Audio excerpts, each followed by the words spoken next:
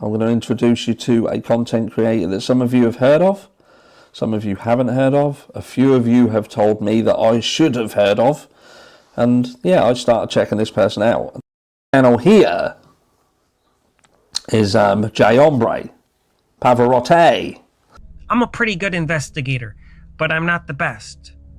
Pavarotti? He is the best. Content creator by the name of Pavarotti on the YouTube channel J. Hombre. And I have to address some of the stunning connections this guy has made as it fits perfectly into the theories we've been working on over here since shortly after the Kohberger arrest. She could really use Pavarotti even more than me. Yeah, I said it and I meant it. But I can understand why he wears sunglasses and a beanie. It's a really good disguise, and I hope nobody ever finds out who he is, because he's risking his life and he's putting his family's life in danger by exposing all of the information that he's exposing. He gives me chills. Until I walk awake, scream my mind, I shout, the ground shakes. How much can I take? My mind will break. Will it break? Can I take? Can I be your superhero?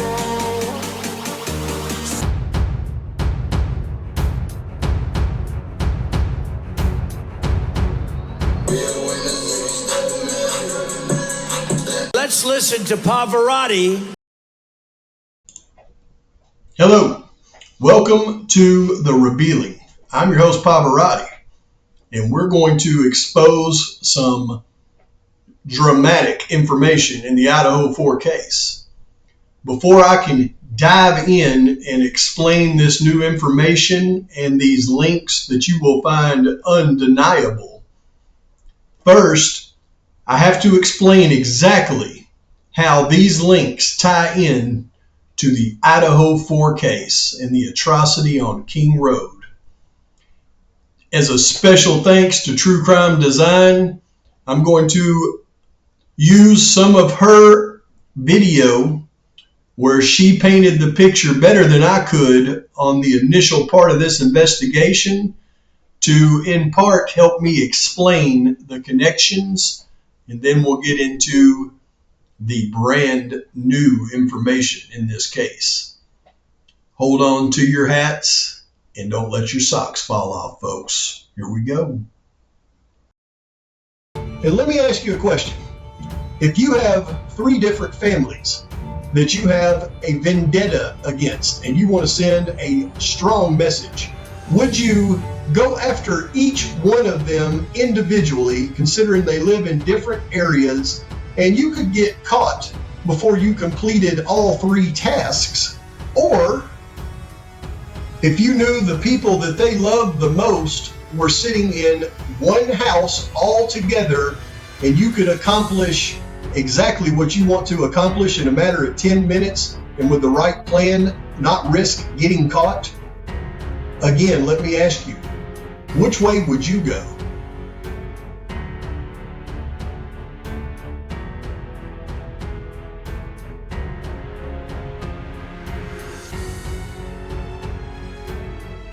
It starts right here in the Seattle-Tacoma area of Washington.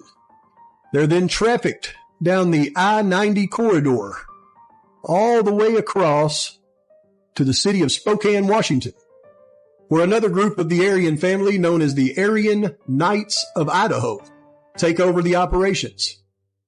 They then use human mules from the city of Coeur d'Alene to drive the drugs down Highway 95 and into Moscow, Idaho, to their distributor. Tanya Rhodes is a longtime associate of Tyson Farley. She is 54 years old and is from Moscow, Idaho. According to Facebook, they have been in a relationship since October of 2000. So Farley and Rhodes are longtime associates, if not lovers.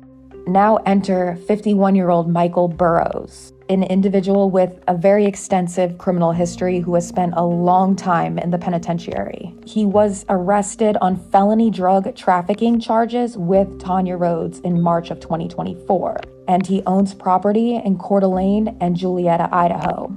Julietta is south of Coeur d'Alene, north of Moscow, and that's where the two were arrested in March of 2024. The case began when a probation officer and a Latah County Sheriff's deputy conducted a residence check on the two at their apparently shared home on Main Street in Julietta. According to court documents, authorities allegedly found 1.5 pounds of meth, along with cocaine, pills, marijuana, and drug paraphernalia.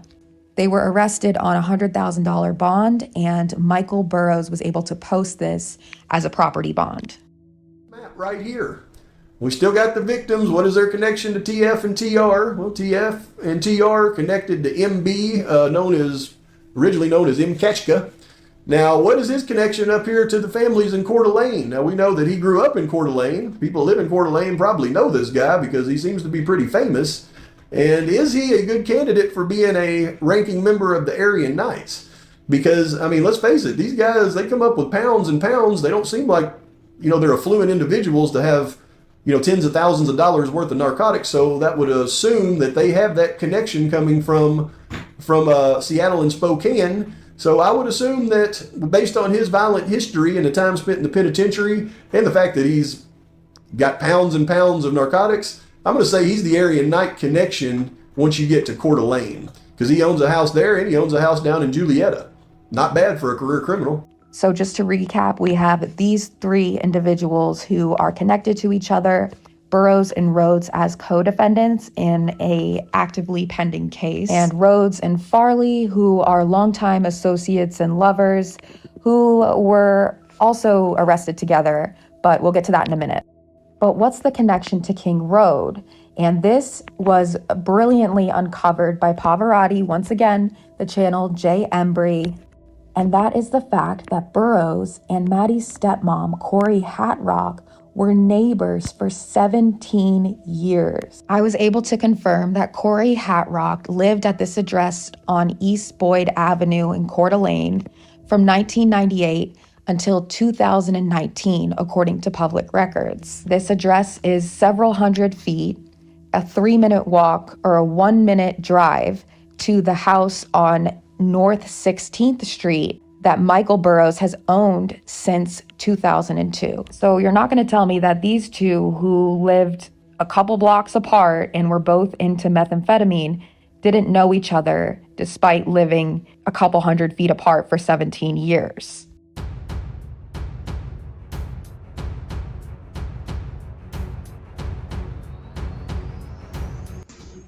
What about this March 12th, 2024 arrest in Julietta, Idaho sent the entire Aryan Knight organization into a rage and caused them to do this? Nicholas Umphenour, a known Aryan Knight who was a free man at the time and resided in Clearwater, Idaho, got immediately in contact with his associate who was in the solitary confinement unit in the Idaho State Penitentiary, Skylar Meade, and they immediately somehow orchestrated a plan to escape Skylar Meade from the penitentiary.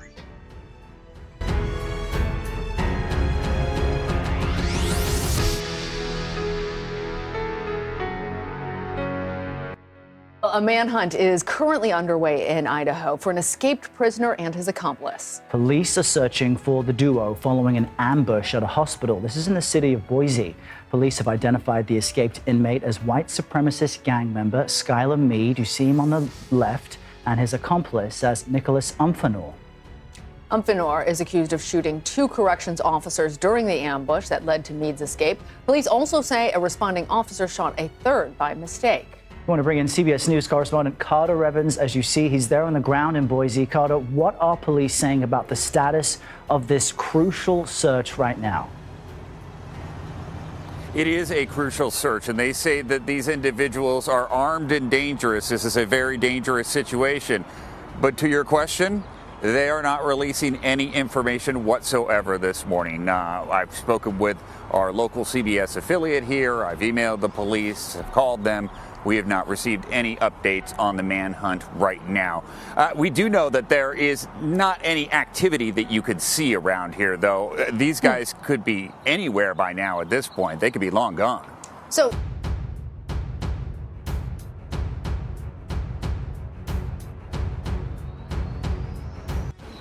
absolutely, Lester. These dangerous suspects were arrested in Idaho without further gunfire after investigators say they may have killed 2 people while on the lam. They managed to ditch their first getaway car and hop into another. Investigators now piecing together their movements over the last day and a half.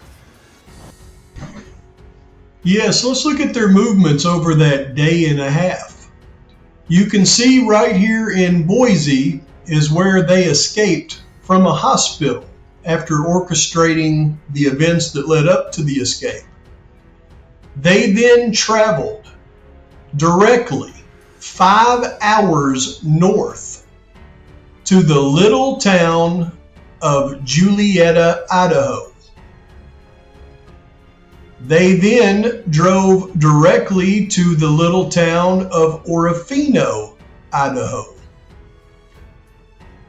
They then directly turned around and headed all the way back south to Boise, and then was captured just south of Boise just a day and a half later with no firefight or dramatic arrest. They just gave themselves up in Twin Falls, Idaho, a day and a half later. We must acknowledge that by doing it this way and giving up this way, that their mission that they were on was completed. But other than the 3 security guards that were shot during the escape, that shooting left 3 Idaho Department of Correction officers injured.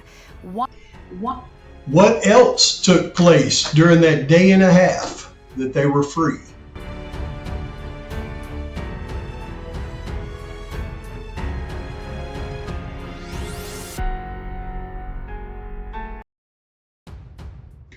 The first thing that happened was the kidnapping of 83-year-old James Meade of Julietta. Him and his dogs were both taken hostage, you could say, in Julietta, and then they were driven to another guy's house in Umphenour. Once they arrived in Umphenour at the home of Gerald Don Henderson, who was 72 years old at the time, both Henderson and Meade were both unalived by the escaped individuals, and then they headed directly back to Boise and then a little further south in Twin Falls, where they were recaptured. So it's the Meade kidnapping that tells the entire story. You see, Mr. Meade, who lived just a couple of 100 feet through the woods of a little park where he would get up and take his dogs almost on a daily basis, and he would go to this park, park his car, and then him and his dogs would walk on the popular walking trail that ran alongside Main Street there in Julietta. But on this day, as he exited his vehicle with his dogs, he was confronted by the 2 escapees. They forced him back into his Chrysler Pacifica with his dogs, and then drove to Umphenour to Gerald Don Henderson's home, where he unalived Mr. Henderson and Mr. Meade, but they did not harm the dogs. The dogs were later recovered by the Idaho State Police and returned to Mr. Meade's wife. but it's the park where he was abducted that tells us all we need to know. You see, right here is where you park in Centennial Park to have access to the walking trail. So Mr. Monty would have parked his Chrysler Pacifica here and then got out with his dogs and then started walking up the trail this way right here. And then he was confronted right here with the two escapees who had just left this house right here. After escaping, they headed straight to this house for some reason, and apparently the reason they headed there, whoever they were hoping to find, was not there. So they left that house and kidnapped Mr. Monty right here, took him back to his Pacifica, and then they headed on to Umphenour.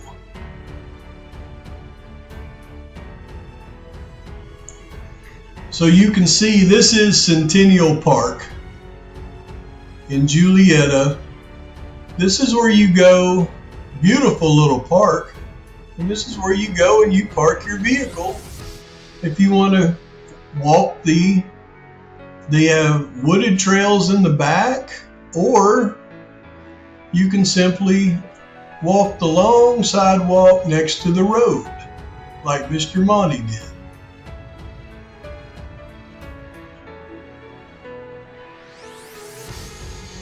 Now, Mr. Monty would have headed right up this little walking path with his dogs on a beautiful day like you see in this, and he wouldn't have gotten more than a couple of 100 feet, maybe, not even that, before they got him right here.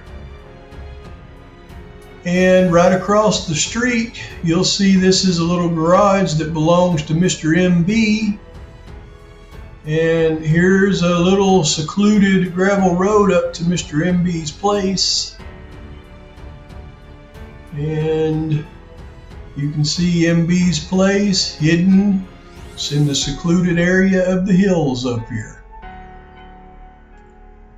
So they would have come right down his driveway and just went right across the street, and this is where they got Mr. Monty. What is this? That's no, that's a Saturn. I believe that is a Saturn, not an Elantra. Huh. But you see, folks, all of these Aryan Knights have one thing in common. In their arrest history, this includes Mr. MB, they all have charges for intimidating witnesses and charges such as this: threats and other influence official or political matters. They either influence, threat, or intimidate politicians and witnesses not to testify. And this is how they're able to keep them from doing that.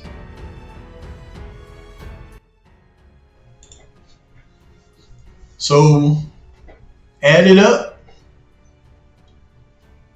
MB is arrested with TR on March 12th at that house in Julietta.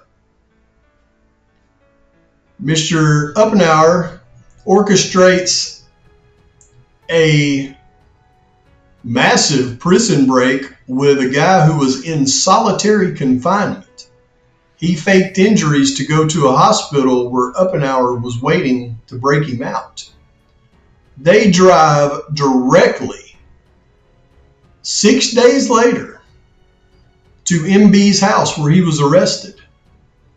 They don't find whoever they were looking for. So they kidnap Mr. Monty, and then they go to Gerald Don Henderson. In the next episode, we'll tell you about Gerald Don Henderson and how it connects further to the Idaho 4 atrocity. But there is no denying now that the Skylar Meade and Nicholas Umphenour incident is absolutely related to the Idaho 4 atrocity. And yes, Ann Taylor is representing Skylar Meade. So if you don't think for a second that she has garnered information about the Kohberger case, then you are fooling yourselves. Don't fool others. Folks, I do my best to bring you the most accurate information that I possibly can. And I do this from help from you for watching these videos and all of my many members out there, and I thank you all. So please like and subscribe to this channel. Please share this video. I want to say a personal thank you to True Crime Design.